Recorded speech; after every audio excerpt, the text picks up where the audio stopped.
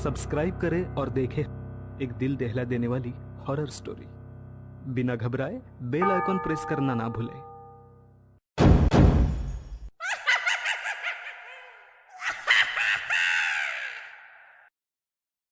इस कहानी के लेखक है संजय कामले।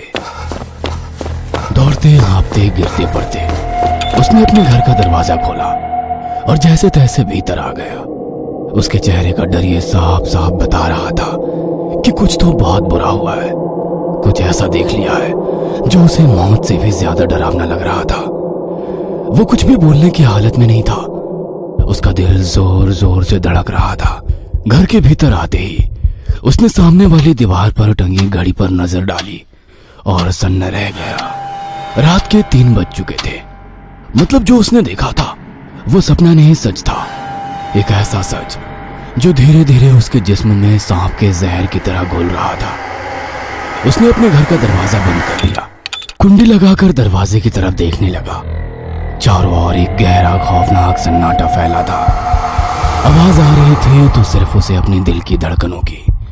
वह जोर जोर से चीखना चाहता था, पर अगर वो ऐसा करता तो जो भी उसका पीछा कर रहा था उसे उसकी मौजूदगी का पता चलता और वो उसके ऊपर झपट कर उसे ऐसी दर्दनाक मौत दे देता जिसकी कल्पना से भी उसकी रूह तक कांप रही थी।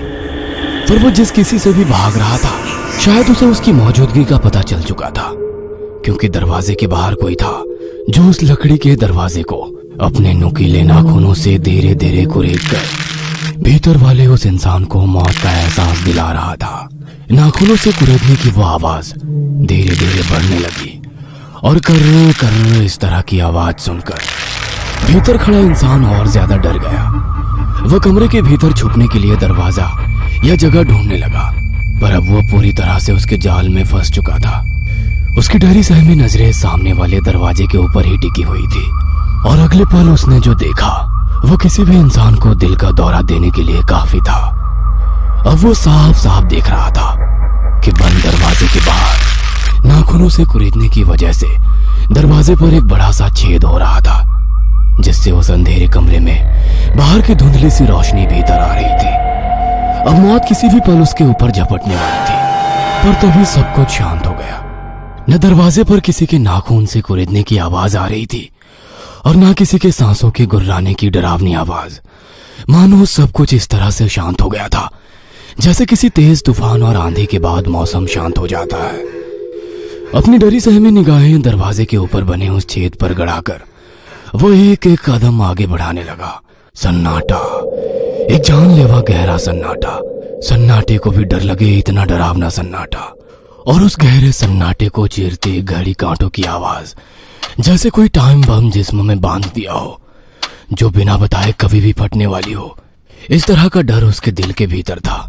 एक एक कदम बढ़ाता वो दरवाजे के काफी नजदीक पहुंच गया और बाहर से आने वाली आहट को महसूस करने की कोशिश करने लगा, पर ना कोई आवाज ना कोई आहट उसे महसूस हो रही थी। उसने धीरे से दरवाजे के ऊपर हाथ रखकर दरवाजे पर बने उस छेद से बाहर देखने की कोशिश करने लगा, पर बाहर कोई भी नहीं था, बल्कि उसके बिल्कुल पीछे काली परछाई थी और झट से किसी ने पीछे से उसका मुंह दबोच लिया और रात के सन्नाटे के बीच उसकी चीख भी कहीं दब कर रह गई। इंस्पेक्टर सावंत का प्रमोशन और नजदीक के शहर में ट्रांसफर हुआ। अपने सहकर्मियों से मिलकर सावंत अपनी गाड़ी से दूसरे शहर के लिए निकले और कुछ ही देर में इंस्पेक्टर मोहिते ने चार्ज संभाल लिया। वे आज ड्यूटी पर ज्वाइन हुए थे। अपनी केबिन में बैठकर वे अपनी पत्नी से बात कर रहे थे। हाँ, पहुंच गया हूँ। हाँ, नई पोस्टिंग हुई है, इसलिए नेहा से बोलना जीजाजी शादी के दिन ही आएंगे। अरे मेरे खाने की फिक्र मत करो। बोलते बोलते वे एकदम से चुप हो गए और थोड़ी शांति से कहा, हाँ, दवाई भी खा लूंगा। हाँ, तुम्हारी कसम। तभी कांस्टेबल अंदर आते हुए सैल्यूट किया। सर, ये कत्ल हुआ है। कई दिनों से हो रही झमाझम बारिश की वजह से लोग बेहाल हो गए थे। आसमान काले बादलों से घिरा हुआ था। ऐसे में पुलिस की वैन एक अपार्टमेंट में दाखिल हुई। उस फ्लैट के बाहर लोगों की काफी भीड़ नजर आ रही थी। फ्लैट के भीतर किसी को भी जाने की इजाजत नहीं थी। अंदर कुछ पुलिस वाले और फोटोग्राफर जांच कर रहे थे। पूरी तरह लाल गाढ़े जमे हुए खून से सने सफेद फर्श के ऊपर सरकटा इंसानी जिस्म पड़ा था। धड़ से अलग किया दायां हाथ एक तरफ पड़ा था तो दूसरी तरफ बायां हाथ, पर उसका सर कहीं नहीं मिल रहा था। कमरे के भीतर मिले आई कार्ड से पुलिस शव की शिनाख्त करने में जुट गई। सभी आसपास पड़ोस में पूछताछ की गई, पर किसी को कुछ भी पता नहीं था। चौकीदार से पूछताछ करने पर पता चला कि मरा हुआ वो शख्स रात के 3 बजे बाहर से घबराया हुआ दौड़ता गेट के अंदर आ गया था, मानो वो अपनी जान किसी से बचा रहा था, पर कोई भी उसका पीछा करता हुआ दिखाई नहीं दिया। वॉचमैन ने उसे घबराहट का कारण पूछा, पर उसने कुछ नहीं बताया। वो दौड़ता हुआ सीधे लिफ्ट की तरफ भागा, पर लिफ्ट बंद होने के कारण वो सीढ़ियों से दौड़ते हुए अपने रूम की तरफ गया। उसके बाद क्या हुआ कुछ नहीं पता। पुलिस ने वॉचमैन से सीसीटीवी फुटेज मंगाई। चौकीदार की उस रूम में बैठकर पुलिस इंस्पेक्टर मोहिते बंगले की सीसीटीवी चेक करने लगे। रात के करीब 2:45 बजे वही शख्स गिरता पड़ता अपार्टमेंट के गेट के भीतर आ गया, पर काफी देर तक सीसीटीवी देखने के बाद भी उसका पीछा करने वाला कोई भी शख्स दिखाई नहीं दिया। पुलिस अब इस बात से परेशान थी कि उसका पीछा कौन कर रहा था, या फिर वो किस चीज से इतना डरा हुआ था। मरने वाला शख्स काफी रसूखदार था, इसलिए देर रात तक पुलिस की कार्रवाई चलती रही। बारिश तो रुकने का नाम ही नहीं ले रही थी। रेनकोट पहनकर इंस्पेक्टर साहब बाइक से अपने घर जाने के लिए निकले। बारिश रुकने का नाम नहीं ले रही थी। ऐसे में उस सुनसान सड़क से वे अपने बंगले की तरफ निकले। वैसे मर्डर के कई केस उन्होंने अपनी सोच और समझ से हल किए थे, पर यह केस काफी पेचीदा लग रहा था। एक इंसान की खौफनाक मौत हो चुकी थी, पर कातिल का कोई सुराग नहीं मिल रहा था। पर एक बात तो पक्की थी कि कातिल अपार्टमेंट के भीतर ही था, क्योंकि सीसीटीवी में बाहर से कोई भी अजनबी अंदर दाखिल नहीं हुआ था। आसपास के लोग जो कुछ भी बता रहे थे उससे केस हल होने की बजाय ज्यादा ही पेचीदा बन गया था। उस सुनसान सड़क से गुजरते वक्त उनकी बाइक सड़क पर कुछ ही दूरी पर बंद हो गई। इसे क्या हो गया? इतना कहकर उन्होंने गाड़ी का स्टार्टर लगाया।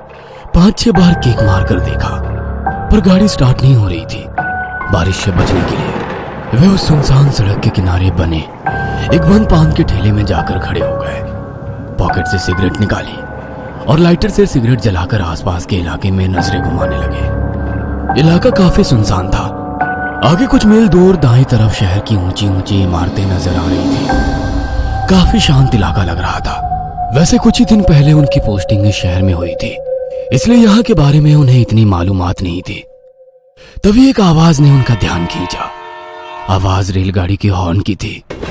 रात के अंधेरे में दूर से आने वाली रेलगाड़ी उन्हें साफ दिखाई दे रही थी। वहां से कुछ ही दूरी से एक रेलवे ट्रैक गुजरता था।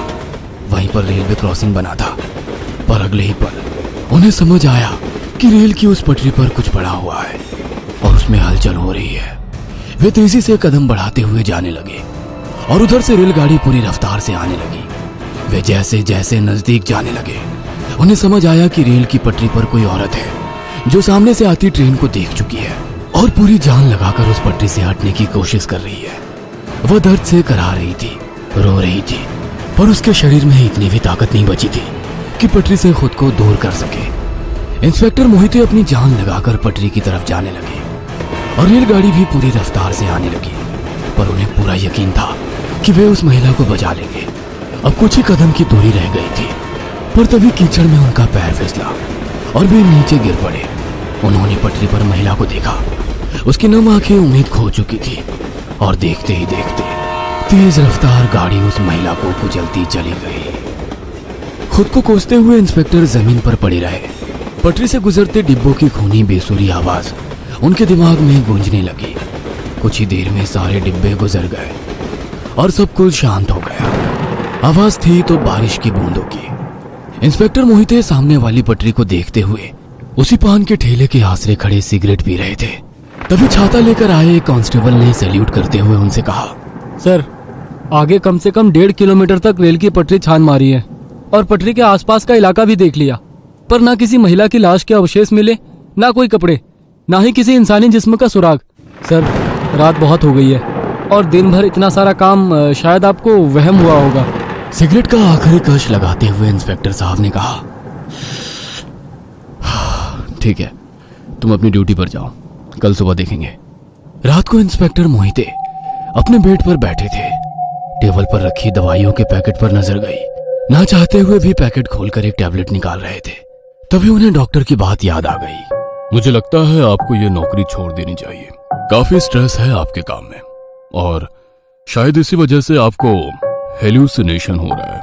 मतलब आपका दिमाग खुद कैरेक्टर और घटनाएं बना रहा है। मैं कुछ दवाइयां देता हूं, इन्हें बंद मत करिए।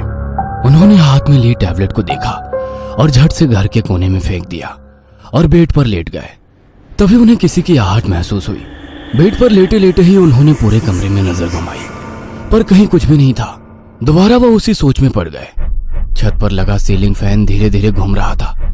बाहर हो रही बारिश की धीमी आवाज कानों में गूंज रही थी। पर तभी दोबारा उन्हें एक अजीब सी आवाज सुनाई दी। पायल की धीमी आवाज, किसी महिला के चलते कदमों के साथ गूंजती पायल। मोहिते साहब एकाएक उठकर बैठ गए। उन्होंने अपने कमरे का दरवाजा खोला और वो आवाज एकदम से रुक गई। बाहर हॉल में गहरा सन्नाटा पसरा हुआ था। वे दरवाजे बंद करने ही वाले थे कि तभी उन्हें चूड़ियों की आवाज सुनाई दी और वे वहीं पर रुक गए। उन्होंने पूरे हॉल में नजरें घुमाई।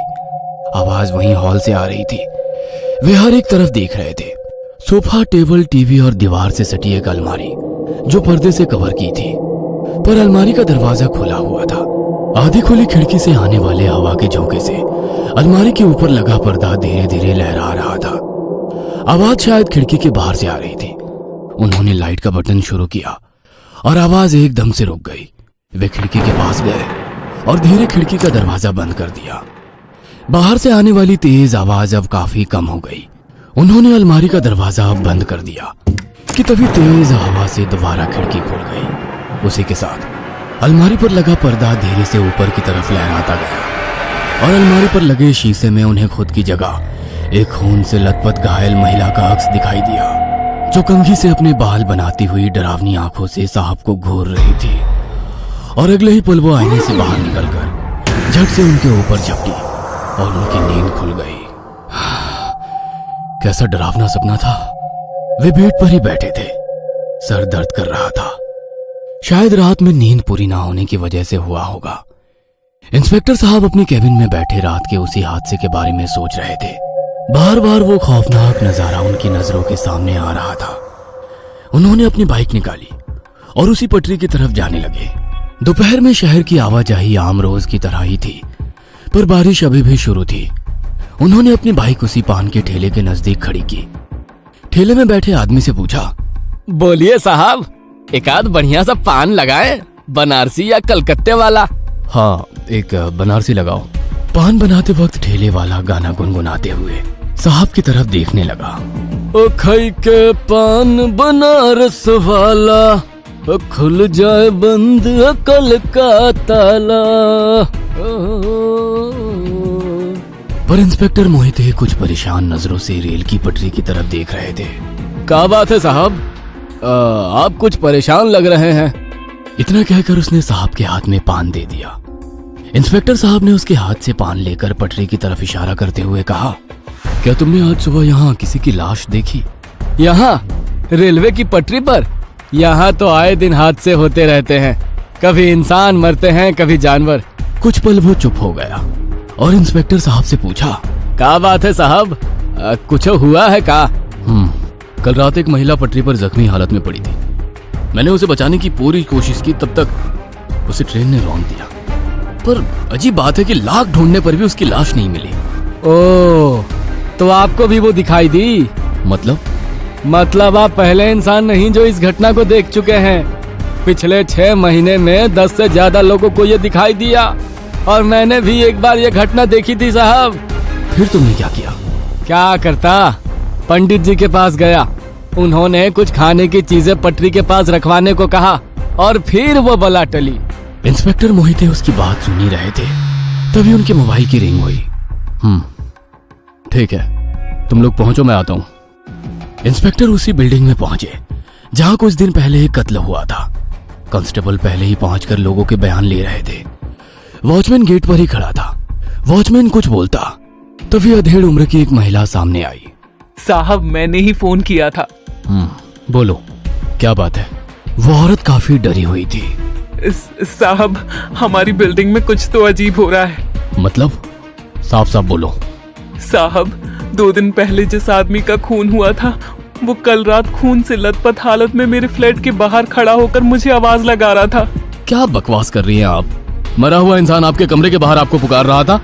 वॉचमैन की तरफ देखते हुए इंस्पेक्टर साहब ने कहा, तुमने कुछ देखा?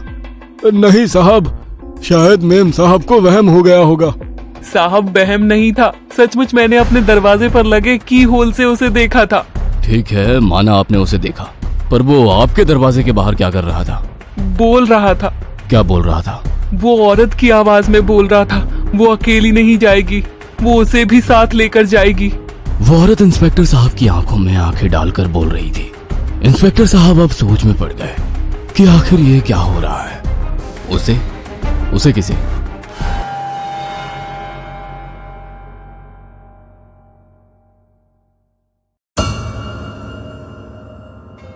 ये कहानी आपको अच्छी लगी हो तो हमें सब्सक्राइब करें, हमारा इंस्टाग्राम और फेसबुक पेज जरूर फॉलो करें। और हाँ दोस्तों, सब्सक्राइब करना भूलना मत।